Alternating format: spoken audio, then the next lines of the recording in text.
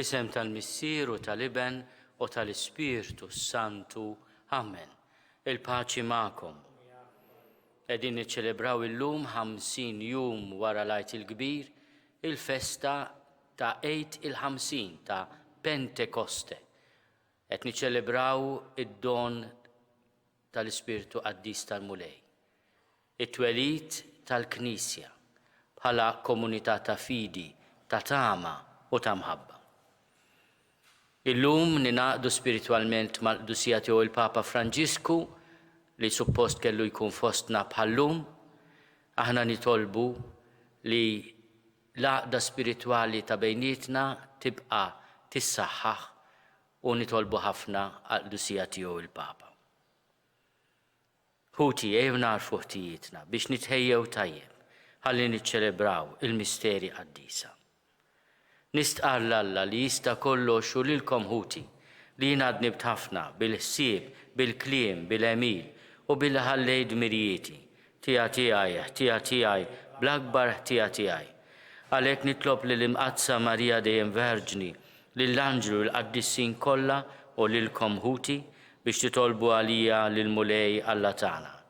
Eħenna lina Alla li jista' kollox jaħfrilna dnubietna u jwassalna għal ħajja ta' dejjem.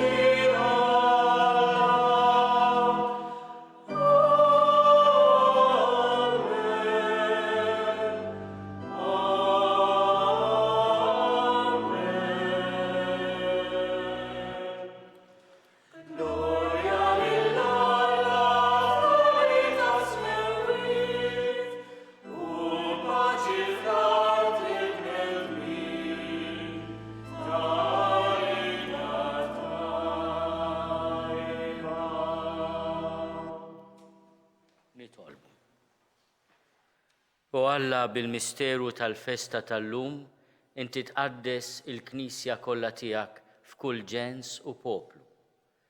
Sawwab id-doni tal-Ispirtu Santu fuq id-dinja kollha minn tarf għal ieħor.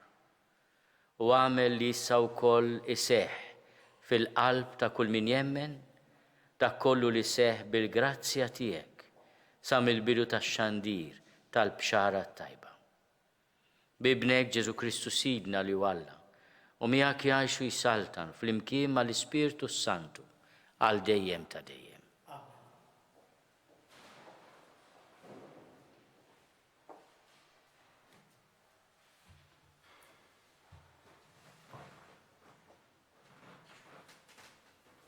Qari mill-ktieb tal-Atti tal-Apostli.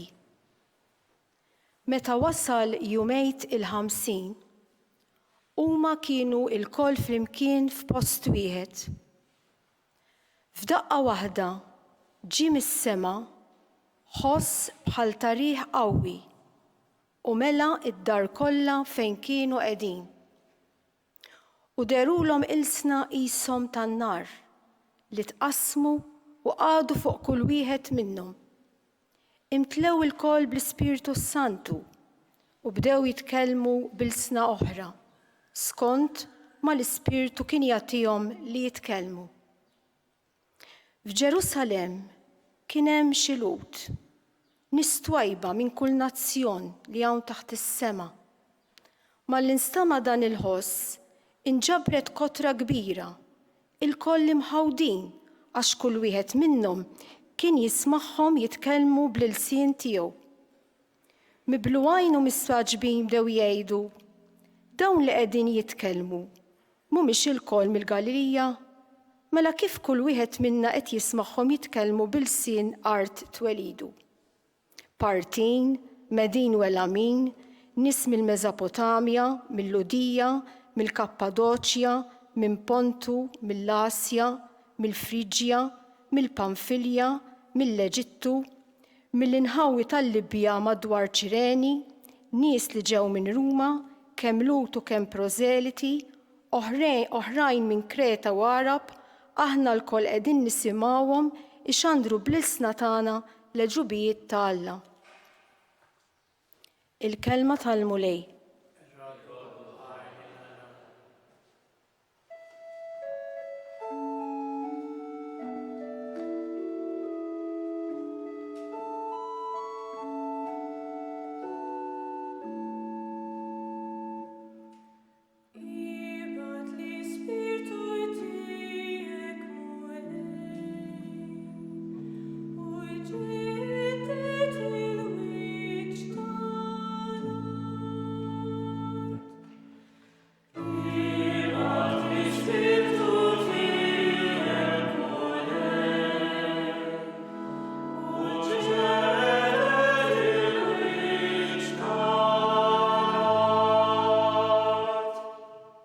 Birek ruħ tiegħi lill-mulej, mulej Alla tiegħi, inti kbir bil-bosta.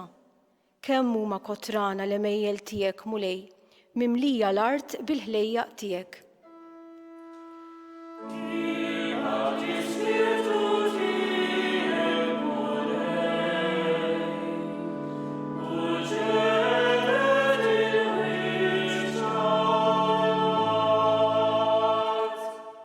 Jekk teħdilhom nifishom imutu u lejn it-trab jerġgħu jmorru, malli tibgħat in-nifs tiegħek jinħolqu u inti ġġedded il-wiċċ tal-art.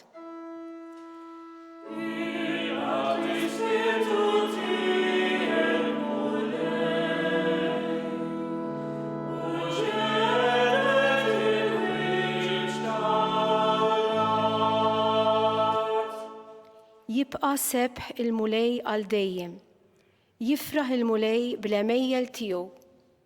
Ħadd oġbu l-għanja tiegħi, għax jiena fil-mulej l-għena tiegħi.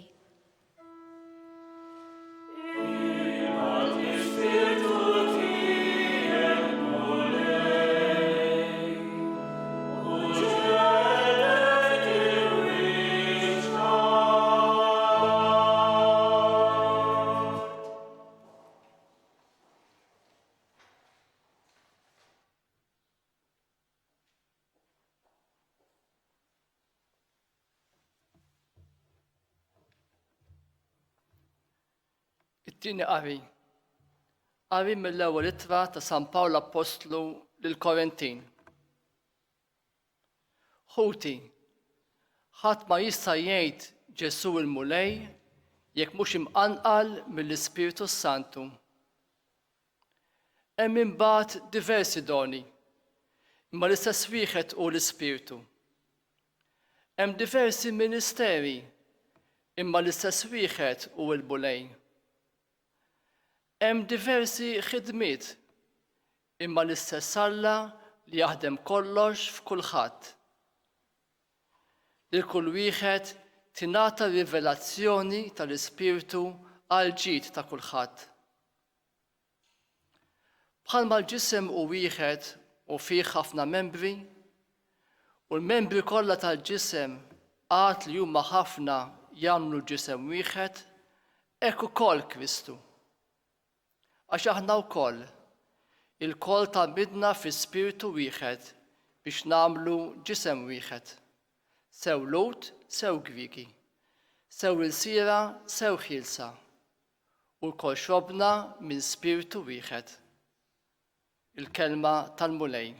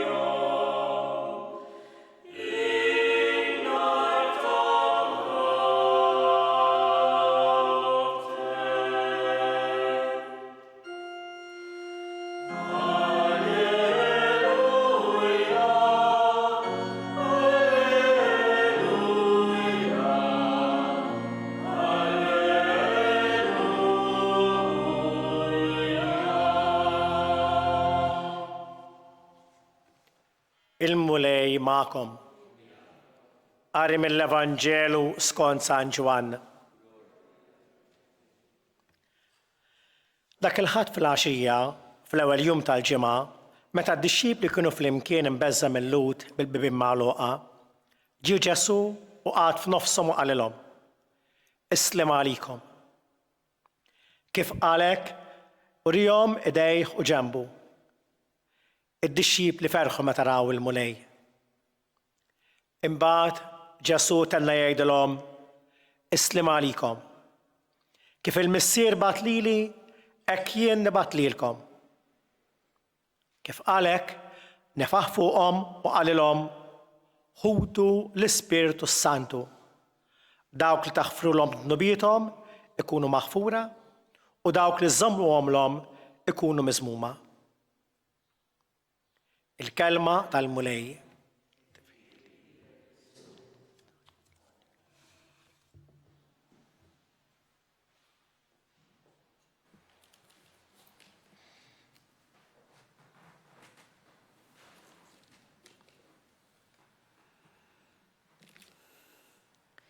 Il-Vanġelu li għadna kemm smajna jerġa' joħodna għal jum tal-qawmien ta' Ġesu mill-imwiet. Dak il-ħadd fil-għaxija, fl-ewwel jum tal-ġimgħa. Fih innifsu l-ewwel jum tal-ġimgħa ifakkarna fil-ħolqien. U llum qegħdin infakru dan id-don kbir li jagħti Ġesu lilna il-koll, skont il-weda tiegħu. Ħudu l-Ispirtu Santu.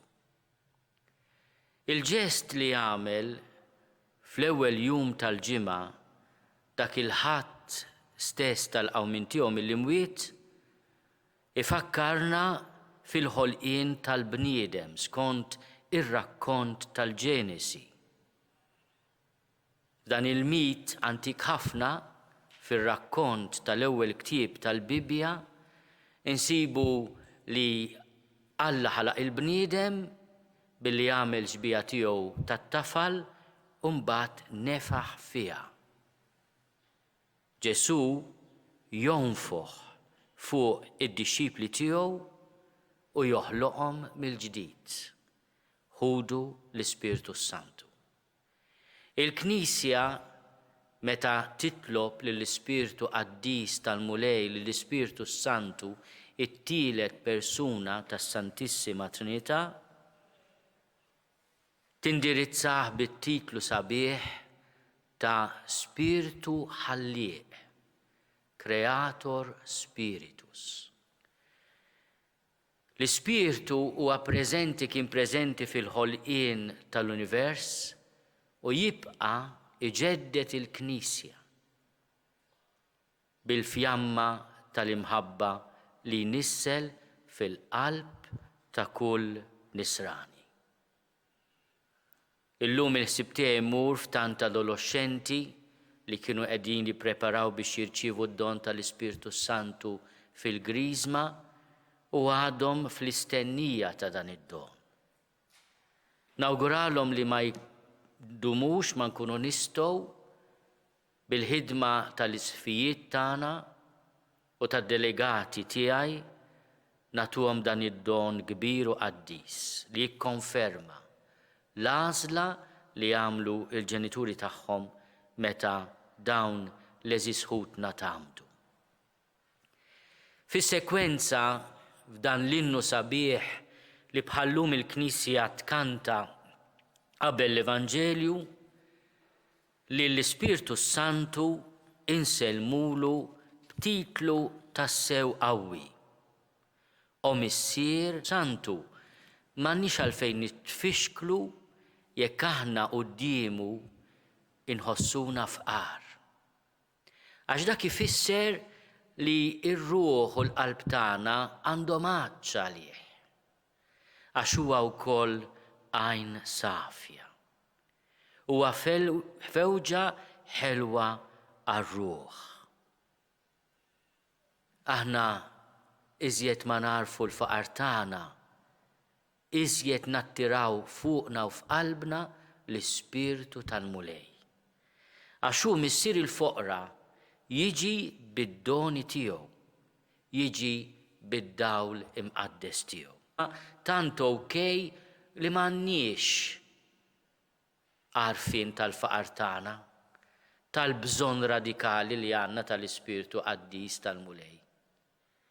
Dak li l-Papa isejjaħlu neopelagianizmu kelma tqila ma tfisser li inti taħseb li se salva lilek innifsek bil-qawwa tiegħek. Illum aħna nduru lejn dan il-konsolatur, dan l-avukat tagħna.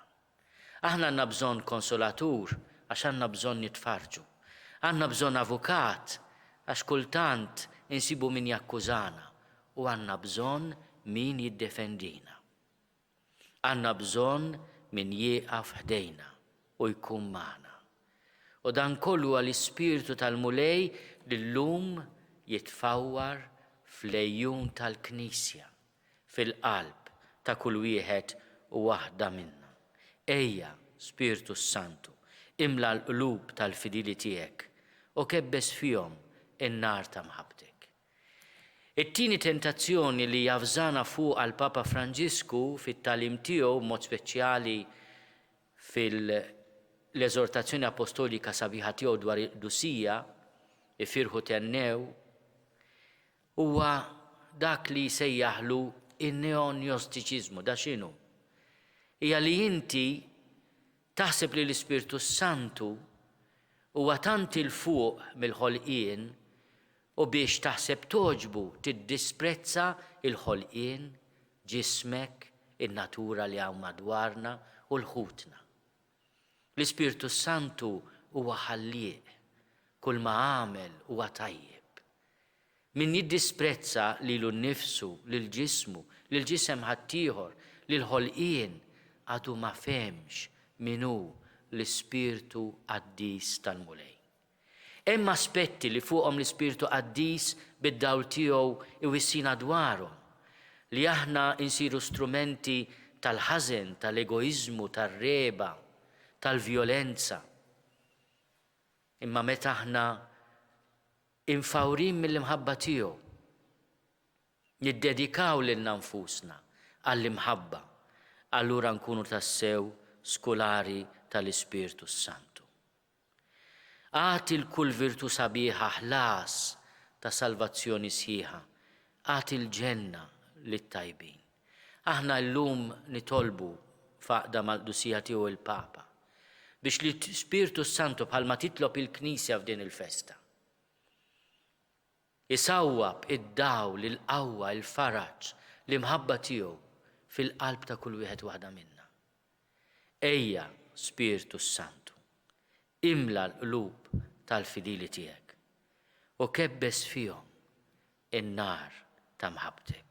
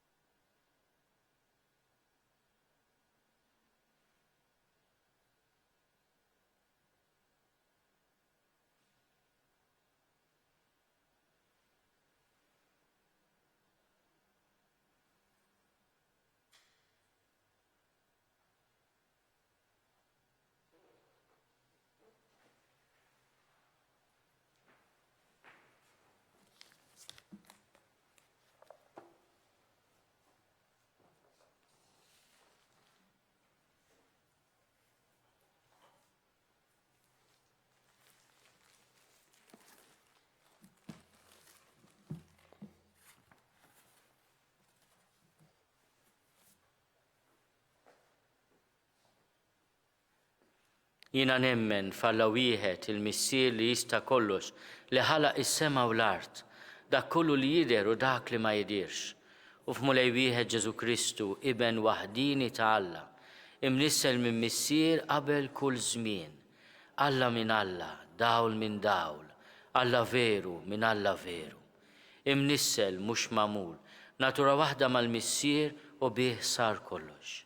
niżel mismewiet għalina l-bnedmin u għal-fidwa tagħna. U għal-ġisem bis-seta tal-Ispirtu Santu minn Marija Verġni u sar bniedem. Salbu ħalina bata taħt Ponzju Pilatu, miet u difnuh. U fit-tielet jum qam minn bejn l-imwiet skont il-kodba mqazza. U tela s-sema u qiegħed fuq il-lemin tal-Missier. U għandu jerġa' jiġi bil-glorja biex jagħmel ħaq mill-ħajjin u mill-mejtin. U s-salbna tiegħu ma jkollix tmiem. U fl-Ispirtu Santu mulej li jagħti l-ħajja li ġej minn Missier u mill-Liben li hu meqjum mweġġa flimkien mal-Missier u mal-Liben u li tkellem b'fom il-profeti. U fi Knisja waħda qaddisa Kattolika Apostolika nistqar mudija waħda l-maħfra ta' dnubiet u nistenna l-qawma mill-imwiet u l-ħajja ta' żmien li ġej. Amen. Bl-interċessjoni ta' Sittna Marija li kienet preżenti mal-Apostli u mad-Dixxipli f'jum Pentekoste, ejjew nitolbu il-Missier biex isawwab id-doni tiegħu fuq il-Qdusija tiegħu l-Papa Franġisku, fuqna l-isfijiet fuq is-saċerdoti, id-djakni u r-reliġjużi kollha tal-Knisja. Nitolbu għan-nisa kollha fl-Ordni tal-Verġni biex il-mulej isawwab fihom spiritu qawwi ta' mħabba li l-verġinità tagħhom tkun sinjal ta' dedikazzjoni sħiħa għall-opra tal-Ispirtu Santu fid-dinja. Nitolbu għas-seminaristi kollha għal dawk kollha li qegħdin jikkontemplaw għax qed iħossu din is-sejħa il-vokazzjoni għas-saċerdozju għal ħajja reliġjuża biex isibu fil-mulej qawwa, faraġġ u saħħa. Nitolbu għal paċi fid-dinja li opra tal-Ispirtu Qaddis tal-mulej biex il-mulej jagħtina dan id-don fl-inħawi kollha tad-dinja għażiża tagħna. Nitolbu għalina biex nitbedu mit-tentazzjonijiet kollha li ġaluna naħsbu li aħna għax bravi għaddisin bil-qawwa tagħna, jew inkella għax aħna tal-Ispirtu niddisprezzaw il-ħutna u l-ġisimna. Mulej għatina id-den u l-paċi tiegħek. Nitolbu Spirtu jkun il-faraġġ tal-morda tagħna, ta' dawk kollha li jieħdu ħsieb l-anzjani tagħna biex il-mulej bid-doni qawwija tal-Ispirtu Santu jagħmilhom ħolqien ġdid. Nitolbu għall-miżżewġin tagħna u għall-arajjes li qed jippreparaw għaż-żwieġ biex jissawwab f'qalbhom l-imħabba tal-Ispirtu Qaddis tal-mulej. Kulħadd jagħmel talba personali f'qalbu.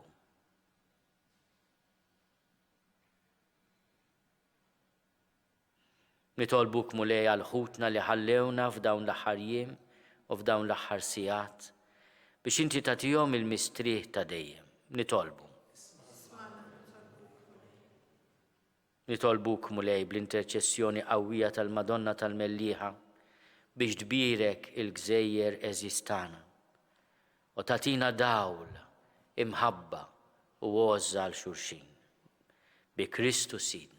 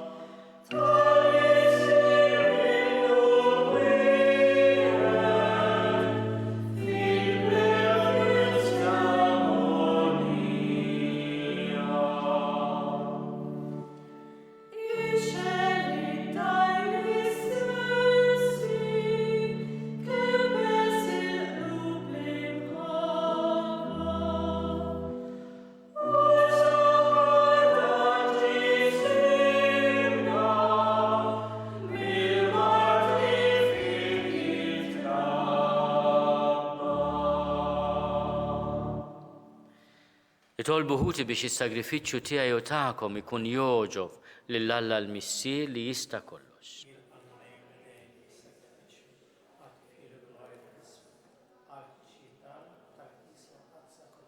Atina mulej li kif wedna ibnek, l-Ispirtu Santu jurina dejjem aħjar il-misteru tas-sagrifiċċju li sejrin nofrulek u fil-ħnina tiegħek jarrafna il-verità kollha. Bi Kristu Sidna. Il-mulej ma'kom. Nerfgħu lubna l-fuq. Niżuħaj il-mulej Alla tagħna. Sewa u xiraq tassew mulej missier qaddis Alla ta' dejjem li tista' kollox. Tajjeb u taġi tas-salvazzjoni tagħna li dejjem u kullimkien inrodulek ħajr. Għax int biex ittemm il-misteru tal-għajt, illum oġbok tagħti l-Ispirtu Santu lil dawk li għamiltom ulied adottivi tiegħek u seħibtom ma' ibnek il-waħdini.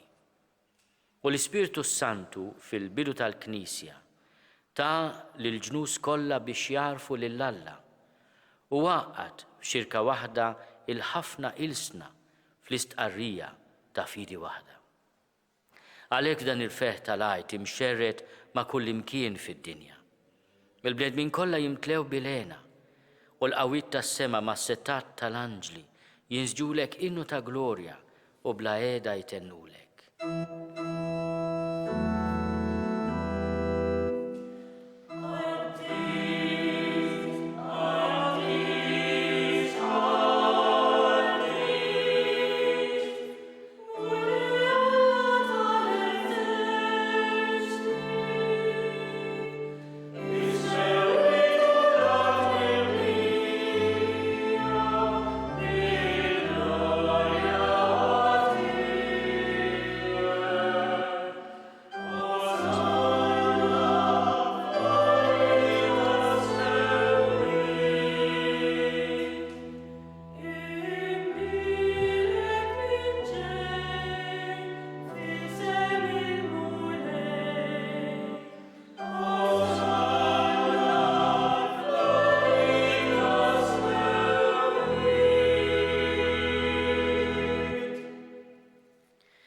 Qaddis tassew int mulej u jistoqlok it-tifħir tal-ħolqien kollu, għax bibnek Ġesu Kristu Sidna u bil-qawwa tal-Ispirtu Santu.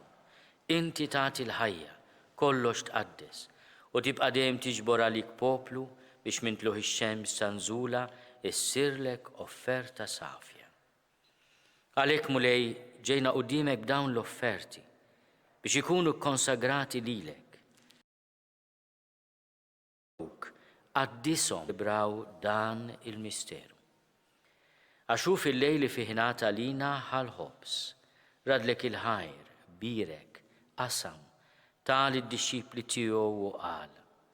Ħudu u kulu l-koll minn dan, għax dan huwa ġismi li jingħata għalikom.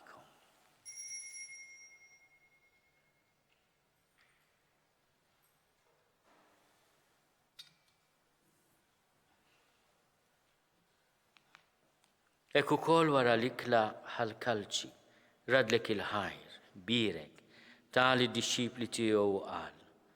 Ħudu u ixorbu minnu l-koll. Għax dan huwa l-kalċi ta' demmi tal-patt il-ġdid li jibqa' għal dejjem. Id-demm li xerret għalikom u għal-bnedmin kollha għal-maħfra ta' dnubiet. Għamlu dan b'tifkira tiegħi.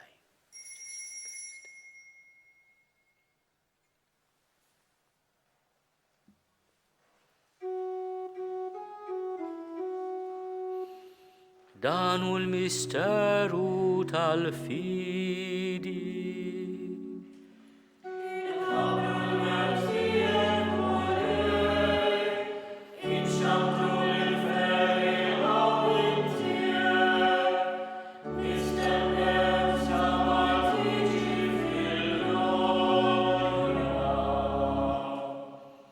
Għalhekk mulej aħna u nagħmlu dan tifkira tal-passjoni li bija ibnek fdina u tal-qawmin u tluq glorjus tiegħu fis-sema.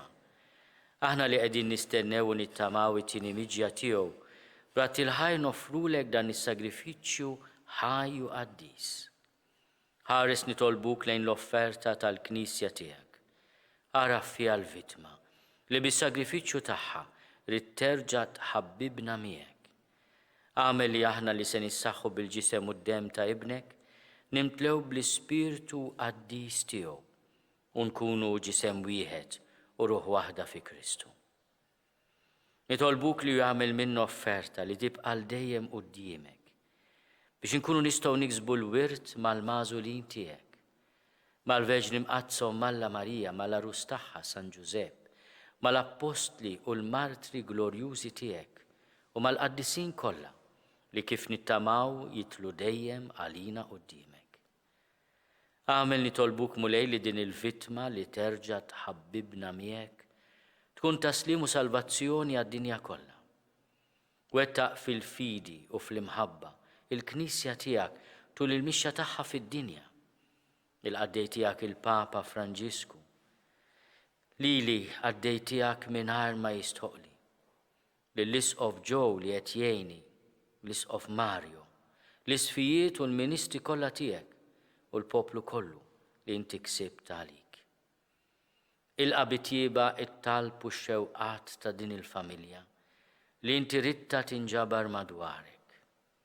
Għader missier ħanin li l-urdek kollha kull fejn jinsabu u għadhom miegħek il-koll.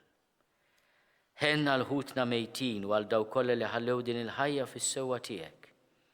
Daħħalhom fis-saltna tiegħek fejn nittamaw li aħna wkoll qatt naslu biex il-koll flimkien nitaxqu għal dejjem bis-seb tiegħek bi Kristu Sidna li bih intfawwar id-dinja b'kull ġid.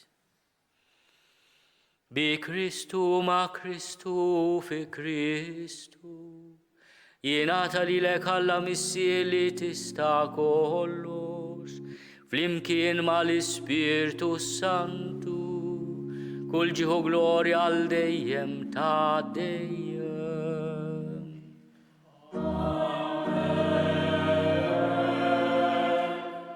Ejjew nitolbu kif għallimna u ridna nagħmlu liben ta' Alla Ġesu għas-salvazzjoni tagħna. Missierna li inti f'ismowiet jitqaddes ismek tiġi saltnatek, ikun li trid int kif is-sema hekk fl-art. Ħobżna ta' kuljum għatina llum, aħfrinna dnubietna bħalma naħfru l-minu ħati għalina, la ddaħħalniex fit-tiġrib, iżda eħlisna mid-deni. Eħlisna nitolbuk mulej minn kull deni. Għatina fit-tjiebu ħnina tiegħek il-paċi fi żmienna. Biex inkunu ħielsa dejjem mid-dnub u mħarsa minn kull inkwiet, aħna u nistennew u nittamaw ilena u l-miġja tas-Salvatur tagħna Ġesu Kristu. Mulej Ġesu Kristu li għat lill-Apostli tiegħek, inħallilkom is-sliem natikom is-sliem tiegħi. La tħares lejn dnubietna, iżda ħares lejn il-fidi tal-Knisja tiegħek. Għati jaslimu l-għaqda li inti trid fiha, int li tgħixu s-saltan għal dejjem ta' dejjem. Il-paċi tal-mulej tkun dejjem magħkom. Għatu l-paċi lil xulxin. Il-ġisem fl-imkien mad-dem ta' Sidna Ġesu Kristu.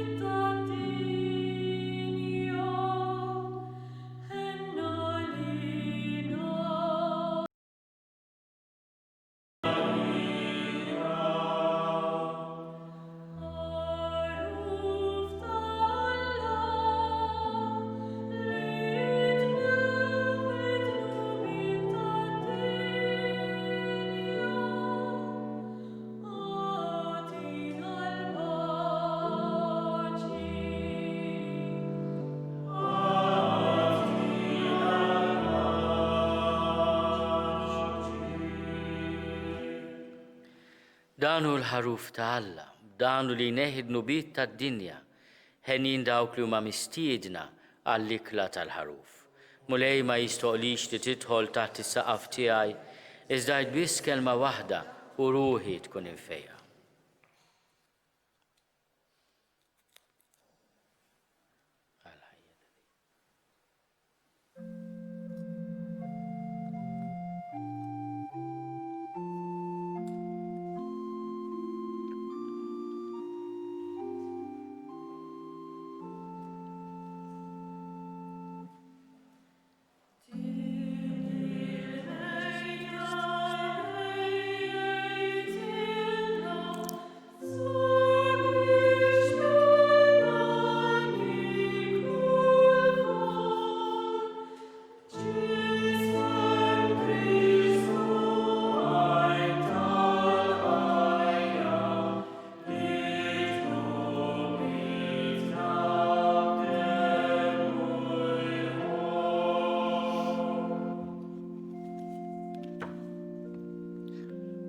Namlu tqarbina tax-xewqa.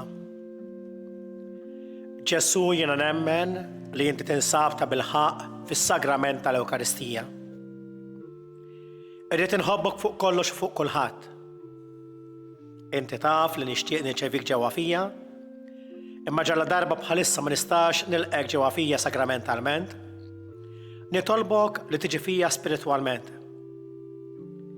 Ejja għandi Ġesu tiegħi biex jien niġi għandek. Ħeġġiġni bl-imħabba għalik biex f'ħajti u f'mewti jien nemmen fik, nitma' fik u nibqa' nħobbok għal dejjem.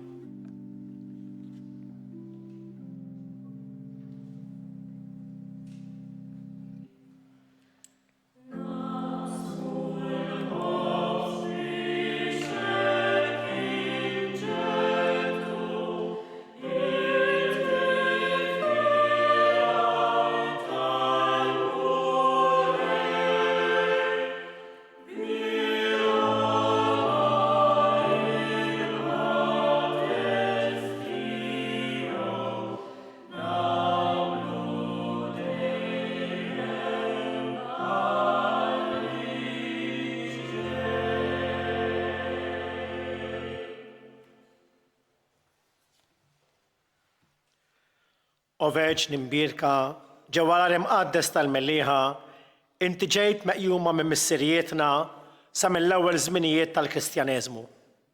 Kif dejjem ittamaw fik u inti ħlisthom, hekk aħna issa nitolbuk tixħed ħasa ħelwa fuqna u tfejjaqna mill-mart tar-ruħ u tal-ġisem.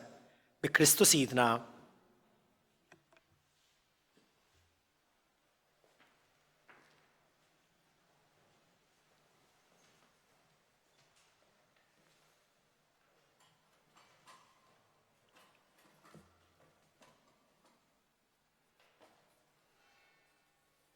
Nitolbu.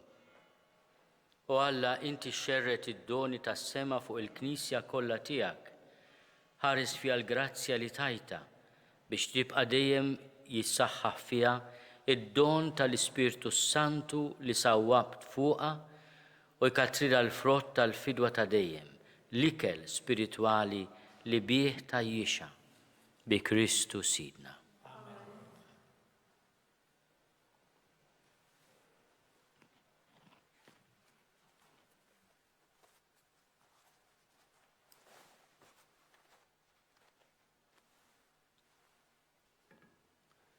Il-mulej ma'kom. Alla missier id-dawl li llum oġbu jdawwa lid-dixxipli bl-Ispirtu Santu li sawwab fuqhom, jagħtikom il-għena tal-barka tiegħu u jkatrilkom dejjem id-doni tal-Ispirtu Santu. In-nar tal-għaġeb li der fuq id-dixxipli bil-qawwa tiegħu inaddafkom minn kull ħażen u jimlikom bid-dija tad-dawl tiegħu. Dak li ġarrab flimkien il-ħafna ilsna fl-istqarrija ta' fidi waħda, iwettaqkom sal-aħħar fl-istess fidi biex biha tiksbu kull ma qegħdin tittamaw.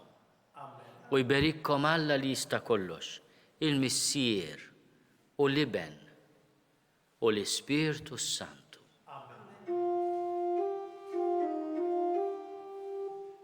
Morru fil-paċi ta' Kristu, alleluja.